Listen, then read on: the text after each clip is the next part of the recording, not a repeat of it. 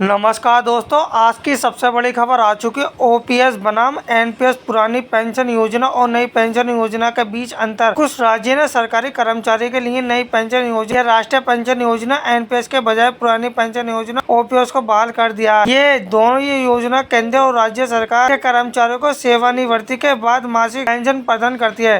पुरानी पेंशन योजना ओपीएस क्या है? पुरानी पेंशन योजना ओपीएस सरकार द्वारा स्वीकृत एक सेवानिवृत्ति योजना है। सरकारी कर्मचारियों को ओपीएस के तहत मासिक पेंशन मिलती है। ये उनकी सरकारी कर्मचारी के लिए गारंटीकृत पेंशन प्रदान करता है जिन्होंने अपने अंतिम प्राप्त मूल वेतन और सेवा के वर्षों के आधार पर कम से कम 10 साल सेवा पूरी कर ली है। ओपीएस के तहत सरकारी कर्मचारियों को रिटायरमेंट के बाद पूरी राशि का भुगतान करती है। इस प्रकार सेवा रहने के दौरान कर्मचारी के वेतन, रिटायरमेंट के बाद सरकारी कर्मचारी को पेंशन की राशि और महंगाई डीए संशोधन का लाभ साल में 2 बार मिलता है, क्योंकि उन्हें अपने अंतिम वेतन और डीए के आधार पर पेंशन मिलती है। इसलिए जब डीए साल में 2 बार बढ़ता है तो उनकी पेंशन बढ़ जाती है। हालांकि ओपीएस केवल सरकारी कर्मचारियों पर लागू होता है। कर्मचारी जो पुरानी पेंशन योजना का विकल्प चुन सकते हैं। जब सरकार ने एनपीएस को शुरुआत की तो 2014 के बाद सेवा में शामिल होने वाले सभी कर्मचारी एनपीएस के अंतर्गत आते थे और वे अपनी सेवानिवृत्ति के बाद ओपीएस के तहत पेंशन पाने के पात्र नहीं थे। हालांकि फरवरी 2023 में पेंशन और पेंशनभोगी कल्याण